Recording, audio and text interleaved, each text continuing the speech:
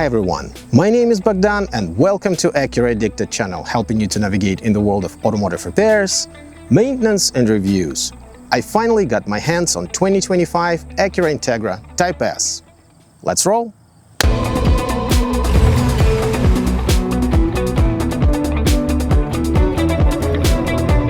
Say what you will, but the Integra Type S is a very special car. Yes, everyone knows it's mostly based on the CTR, just more adult and refined, but look at these lines, curves and features. Acura nailed a truly sports car look, which is aggressive enough, but not overly so. It's still very elegant. The extended fenders, the lower lip, the hood scoop, the triple exhaust in the middle, the 19-inch aluminum alloy shark gray wheels with really wide 265mm tires, and massive Brembo 4-piston front brakes with bigger brake rotors definitely catch your eye. Inside the cabin, you'll see stitched leather surfaces with huge perforated suede inserts in the front seats and just leather in the back. Remember, this is a 4-seater car, as there's no seat belt in the middle of the back seat. The rear cup holders are built into the middle part of the seat. Only the driver's seat has 12 power adjustments with lumbar support. Front passenger seat is completely manual, although both are heated, as well as the leather-wrapped steering wheel. I guess it's understandable for a driver-focused car. I was really hoping seats would also be ventilated, but sadly no. There's no moonroof here and no memory for the seat mirror position. I find the driver's seat moderately bolstered. No trouble getting in, but it holds you enough in tight curves on the road. The 6-gear shifter feels very solid and precise. It's also leather wrapped around it and has a suede boot. It's set up to give you complete confidence in what gear you're shifting to. Most of the plastic surfaces are matte or have texture. Piano black is limited to a part of the center console and the steering wheel inserts around the control buttons. Speaking of buttons, Acura and Honda proves time and time again that physical controls are a key to great ergonomics. All the dual climate controls are either buttons or knobs, and you have some button controls on the left of the shifter that change the drive mode, parking brake and brake hold, which is especially helpful on an incline with a manual transmission.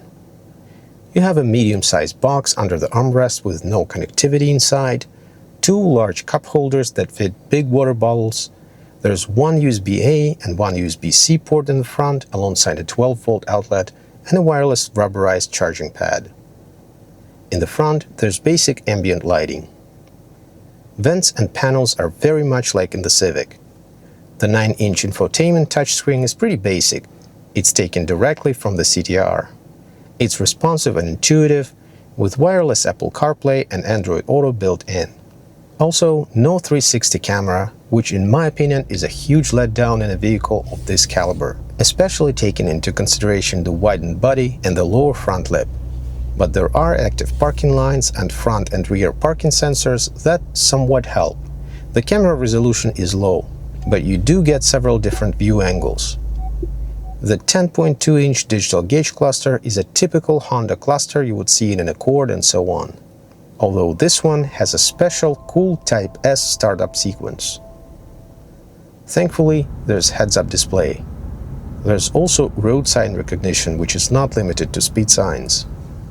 You also get a great 16-speaker ELS Studio 3D audio system with a subwoofer, which sounds great, on par with my RDX. The vehicle has illuminated front door handles with touch to unlock, and there's a walk-away lock. No power folding mirrors, which is another gripe of mine about the Type S, but you can fold and unfold them manually. They're also heated. Capless fuel tank design behind a manual hatch that locks with the vehicle, so you need to unlock the car in order to open the fuel hatch. There's plenty of legroom in the front for a 5'10" guy like myself, and my knees are touching the front seat in the back behind the seat adjusted for myself as a driver. However, height-wise, no issues, not touching the ceiling. No climate vents for the second row and no charging ports either. AC is adequate here and cools down the car quickly. I'm not going to bother installing a child seat here. Second row seats have a 60/40 configuration and they fold almost flat if you need to. The triggers for folding are located in the upper corner of each seat. There's a light on each side of the trunk area and a small area compartment on the left with a built-in net, handy for storing car care products. There is storage under the floor where you'll find a tire patch kit and small storage compartments in the foam insert. You can get an optional spare tire fitted here instead. The trunk is roomy. I tested the capacity by moving some of my gear as usual. You have 24 cubic feet in the trunk.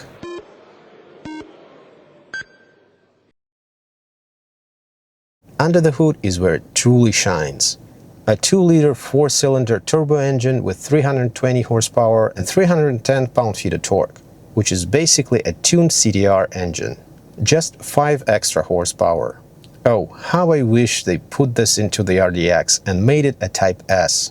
Acura claims a combined fuel economy around 24 miles per gallon or 9.9 liters per 100 kilometers combined, which is almost right on the money, as I personally ended up with 23.5 miles per gallon or 10 liters per 100 kilometers combined after a week with it. Acceleration is insane. You get to 60 miles an hour in second gear. Exhaust sounds amazing and has an active exhaust valve. The steering is extremely precise and responsive. Suspension is, of course, different from regular Integra. It's stiff, but comfortable and composed enough in comfort mode, even for a demanding guy like me. Plus, you won't be disappointed on a track. You can choose from 4 pre-programmed driving modes: Comfort, Sport, Sport Plus, and an individual mode where you can configure engine response, steering, and so on. The ride is mostly quiet. The noise mainly comes from the tires, but I've noticed some rattles and squeaks in the cabin, and I don't think I'm the only one. As I mentioned, manual transmission is awesome here. Very simple to operate, easy clutch, and rev matching do wonders. Just a pleasure to engage and drive. I think if Acura had an automatic transmission option for the Type S, they would sell much more of them if they could produce enough. Regardless, this is just a pure driving experience. Now I really want to compare it to the CTR. Despite being a manual transmission car, Integra Type S stacks a full suite of Acura Watch: adaptive cruise, lane keep assist, auto emergency braking, blind spot monitoring with rear cross traffic, traffic sign recognition, and so on. Understandably, no remote start. In the US, the 2026 Type S goes for $53,400. In Canada, 2026 Type S is 62,000 Canadian dollars. This is an absolutely amazing piece of machinery. Definitely a driver-focused car. But it's also a very comfortable daily driver if you want it to be. A very mature manual, which is rare these days. What do you think? Let me know in the comments.